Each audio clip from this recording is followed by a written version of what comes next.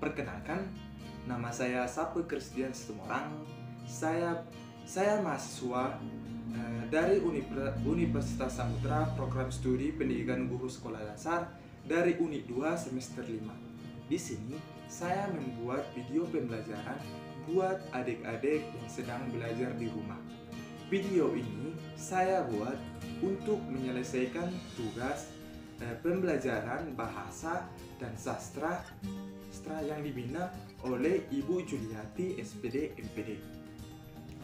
Semoga dalam video ini bisa bermanfaat buat adik-adik sekalian, kawan-kawan, dan orang tua yang mendengarkannya. Halo adik-adik sekalian, selamat siang. Kembali lagi bersama Abang. Apa kabar hari ini? Semoga adik-adik sehat ya, dan semangat untuk menjalani aktivitas hari ini. Walaupun situasi saat ini adik-adik sedang belajar di rumah. Nah, buat adik-adik jangan bosan ya untuk selalu mendengarkan video pembelajaran dari Abang, karena video ini sangat penting buat adik-adik sekalian untuk membantu adik-adik yang sedang belajar di rumah. Nah, hari ini Abang akan mengajarkan adik-adik pembelajaran bahasa dan sastra Indonesia tentang keterampilan meningkatkan kemampuan menulis. Dalam video sebelumnya, Abang sudah jelaskan tentang strategi untuk kemampuan menulis. Sekarang Abang akan jelaskan keterampilan meningkatkan kemampuan menulis. Nah, sebelumnya Abang ini apa itu menulis? Menulis itu berarti menyampaikan pikiran, perasaan, atau pertimbangan melalui tulisan. Alatnya adalah bahasa yang terdiri kata, frasa, kalimat, paragraf, atau wawancara. Alatnya adalah bahasa yang terdiri dari frasa, kalimat, paragraf, dan wacana. Nah, dalam menulis, adik-adik harus memiliki keterampilan untuk menulis, bukan sekedar menulis saja. Jadi, apa itu keterampilan menulis? Nah, keterampilan menulis adalah keterampilan seseorang untuk mengungkapkan buah pikiran, ide, gagasan dengan mempergunakan rangkaian bahasa tulisan yang baik dan benar. Keterampilan menulis adik-adik akan menjadi lebih baik apabila adik-adik memiliki yang pertama adalah kemampuan untuk mengungkapkan masalah yang akan ditulis. Yang kedua adalah kepekaan terhadap kondisi pembaca. Yang ketiga adalah kemampuan menyusun perencanaan penelitian. Dan selanjutnya yaitu kemampuan menggunakan bahasa Indonesia. Kelima yaitu keterampilan menulis adik-adik. Keterampilan menulis adik-adik akan menjadi lebih baik apabila adik-adik memiliki yang pertama itu adalah kemampuan untuk menemukan masalah yang akan ditulis. Yang kedua itu adalah kepekaan terhadap kondisi pembaca. Yang ketiga itu adalah kemampuan penyusunan perencanaan penelitian. Yang selanjutnya adalah kemampuan menggunakan bahasa Indonesia. Yang kelima adalah kemampuan menulis. Dan yang terakhir yaitu kemampuan memeriksa karangan sendiri. Yang pertama itu tadi adalah kemampuan untuk menentukan masalah yang akan ditulis. Yang kedua itu adalah kemampuan terhadap kondisi pembaca. Yang ketiga itu adalah kemampuan menyusun perencanaan penelitian. Yang keempat adalah kemampuan menggunakan bahasa Indonesia. Yang kelima adalah kemampuan menulis. Dan terakhir adalah karangan sendiri. Itulah keterampilan. Nah, itulah keterampilan yang bisa digunakan untuk adik-adik untuk menjadi lebih baik lagi untuk menulis. Yang pertama tadi adalah kemampuan untuk menentukan masalah yang akan ditulis. Yang kedua adalah kepekaan terhadap kondisi pembaca. Yang ketiga adalah kemampuan menggunakan bahasa Indonesia. Yang keempat adalah kemampuan menulis. Yang terakhir adalah memeriksa karangan sendiri. Yang selanjutnya yaitu tujuan dan manfaat tulisan. Yang pertama itu adalah tujuan menulis, yaitu apa tujuan menulis itu? Yang pertama adalah menginformasikan segala sesuatu, baik itu secara fakta, data maupun peristiwa, termasuk pendapat dan pandangan terhadap fakta, data dan peristiwa, agar kelak pembaca memperoleh pengetahuan dan pemahaman baru tentang berbagai hal yang dapat maupun yang tidak yang terjadi di muka bumi ini. Yaitu adik-adik pasti pernah sakit, bukan? Dan orang tua adik-adik memberikan atau menuliskan sebuah surat bahwa adik-adik tidak bisa mengikuti pembelajaran hari ini karena adik-adik sedang sakit. Nah, itulah yang dimaksud sebagai menginformasikan segala sesuatu, baik itu secara fakta maupun peristiwa yang terdapat dalam dan pandangan terhadap fakta. Yang kedua adalah membujuk melalui tulisan. Seseorang penulis mengharapkan pembaca dapat menentukan sikap, apakah menyetujui atau mendukung yang dikemukakan dikemukakannya. Contohnya yaitu adalah adik-adik pernah melihat spanduk yang dituliskan buanglah sampah pada tempatnya. Nah, tulisan itu membujuk adik-adik untuk membuang sampah pada tempatnya. Nah, yang ketiga adalah menghibur fungsi dan tujuan menghibur fungsi. Dan tujuan menghibur fungsi dalam komunikasi bukan Yang ketiga adalah menghibur fungsi dan tujuan menghibur dalam komunikasi bukan monopoli media massa, radio, telegram, namun media cetak dapat pula berperan dalam menghibur kelak pembacanya. Ayo, buat adik-adik, siapa yang bisa memberikan contohnya? Nah, contohnya itu yaitu adik-adik pernah membaca puisi, bukan? Nah, di sana puisi menuliskan puisinya yang tujuannya untuk menghibur pembacanya. Dan adik-adik juga bisa menuliskan sebuah cerita atau sebuah pengalaman. Nah, dan juga adik-adik bisa juga membacakan pengalaman adik-adik sekalian di depan kelas, sehingga kawan-kawan adik-adik sekalian terhibur pada saat mendengarkan pengalaman adik-adik sekalian. Itulah tujuan dari menulis, yaitu menginformasikan, membujuk, dan menghibur. Yang selanjutnya yaitu manfaat kemampuan menulis. Nah, apa itu manfaat kemampuan menulis? Yang pertama adalah memperluas dan meningkatkan pertumbuhan kosakata. Maksudnya di sini adalah menulis itu sangat penting seperti membaca, yaitu memperluas dan meningkatkan pertumbuhan kosakata untuk adik-adik sekalian, yaitu maksudnya di sini bahwa menulis itu sangat penting seperti membaca, yaitu memperluas dan meningkatkan pertumbuhan kosakata adik-adik sekalian, yaitu sewaktu adik-adik menulis pasti akan adik-adik temukan kata-kata yang tidak masuk akal. Nah, di sini adik-adik mencari dan menuliskan pengertian arti tersebut. Yang kedua itu adalah meningkatkan kelancaran tulisan, menulis dan menyusun kalimat.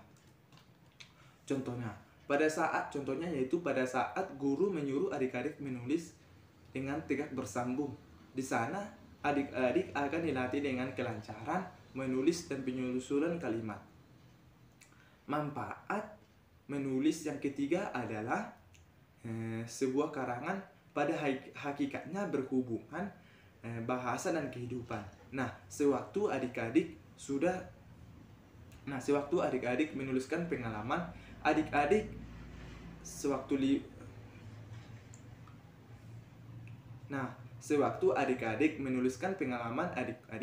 libur, adik-adik sudah termasuk membuat suatu karangan, dan karangan itu juga sudah adik-adik hubungkan dengan kegiatan atau kehidupan adik-adik sekalian, sehingga adik-adik menyusunnya menjadi sebuah bahasa yang baik untuk didengarkan. Yang keempat yaitu kegiatan tulis menulis meningkatkan kemampuan untuk pengaturan dan pengorganisasian. Contohnya itu adalah melatih untuk adik-adik untuk membuat sesuatu karangan, yang karangan itu adalah sebuah kalimat yang sedikit. Dan kalimat itu adik-adik jabarkan menjadi beberapa paragraf.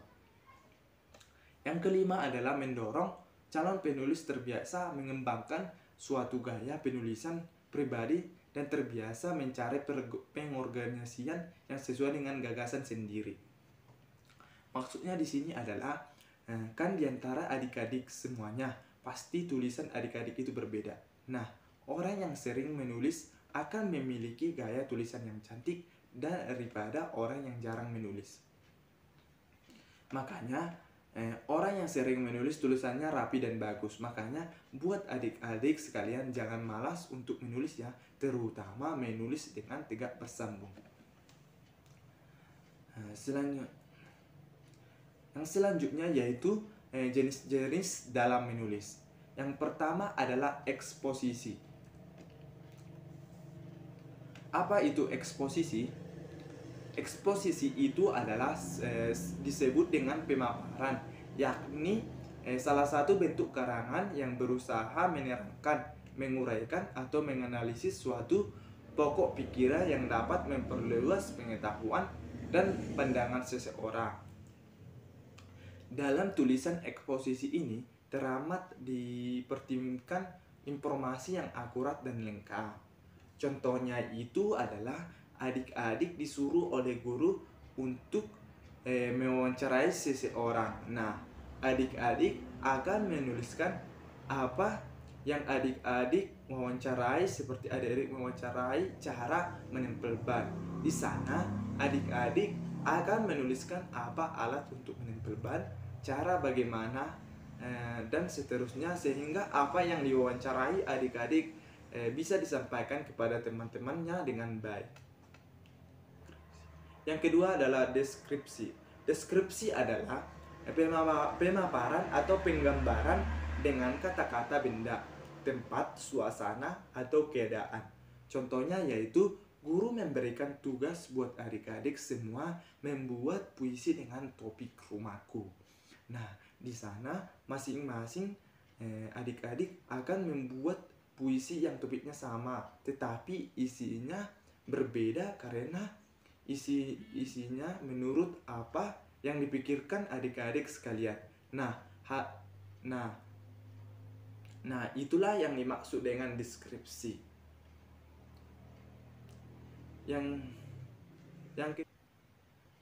Yang ketiga adalah narasi atau kisahan. Merupakan corak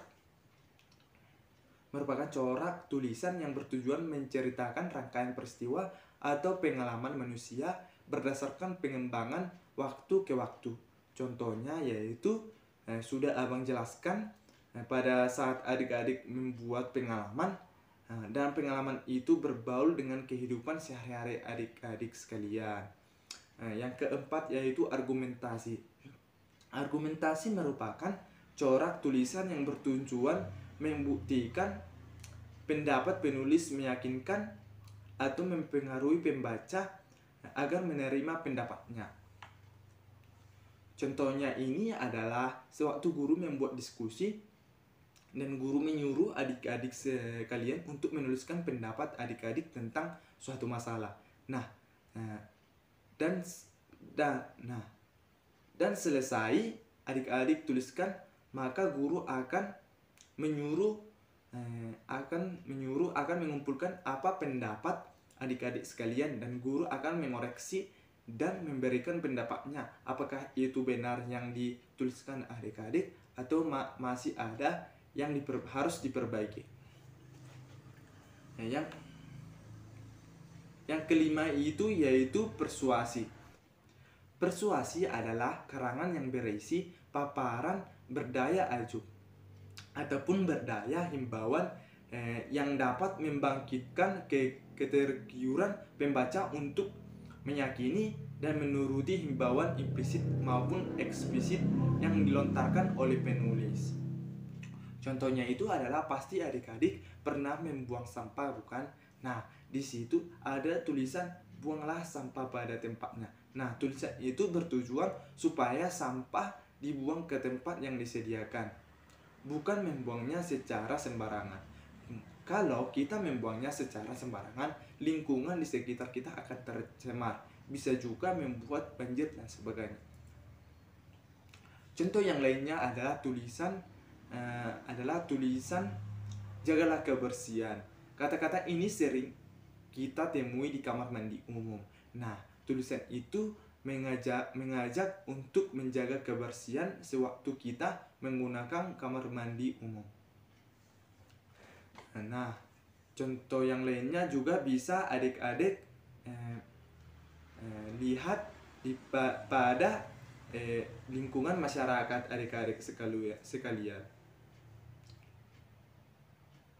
Adik-adik juga bisa membuat tulisan untuk mengajak teman-teman atau masyarakat untuk melakukan sesuatu dengan benar. Contohnya adik-adik membuat himbauan di kelas, dilarang ribut sewaktu guru tidak ada. Contoh himbauan di masyarakat yang bisa adik-adik tuliskan yaitu sebuah kata-kata motivasi atau mutiara, supaya masyarakat yang membacanya bisa terinspirasi dengan kata-kata yang adik sampaikan tadi. Contohnya itu adalah seperti kata-kata tak ada rotan akar pun jadi. Maksudnya itu kalau tidak ada batu bata untuk membuat rumah, papan pun bisa untuk digunakan. Itulah jenis-jenis dari membaca. Itulah jenis-jenis dari menulis. Itulah macam-macam jenis menulis. Yang pertama itu tadi eksposisi. Yang pertama tadi adalah eksposisi, yang kedua adalah deskripsi, yang ketiga adalah narasi, yang keempat adalah argumentasi, yang kelima adalah persuasi. Nah, selanjutnya ada cara menumbuhkan kreativitas adik-adik dalam menulis. Nah, apa itu? Yang pertama, sampaikan secara sederhana. Tujuannya adalah membuat orang memahami gagasan yang kita sampaikan lewat tulisan. Gunakan kata-kata yang sederhana, kalimat-kalimat pendek dan lugas, seperti membuat himbauan membuang sampah pada tempatnya. Yang kedua adalah menulis setiap hari. Jadikan menulis itu sebagai kebiasaan buat adik-adik sekalian. Ceritakan apa yang kamu anggap menarik dalam sehari. Misalnya, pengalaman bertemu seseorang yang kamu kagumi. Membuat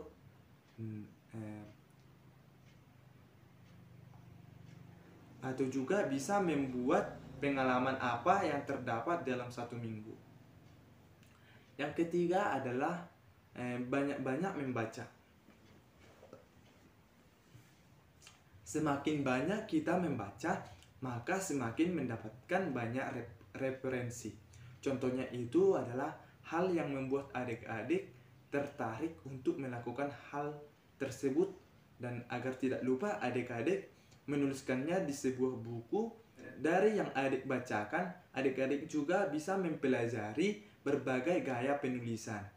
Itu akan sangat membantu mengembangkan gaya penulisan adik-adik sendiri. Contohnya menuliskan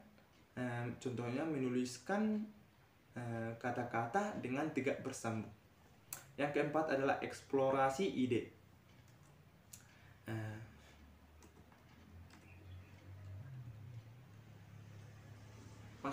Maksudnya ini adalah jangan adik-adik pernah takut untuk kehabisan ide. Kalau guru membuat suatu permasalahan, teruslah adik-adik menuliskan ide.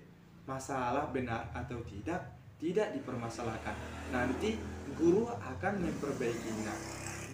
Nah, itulah beberapa yang bisa untuk membuat adik-adik supaya bisa menumbuhkan kreativitas adik-adik dalam menulis.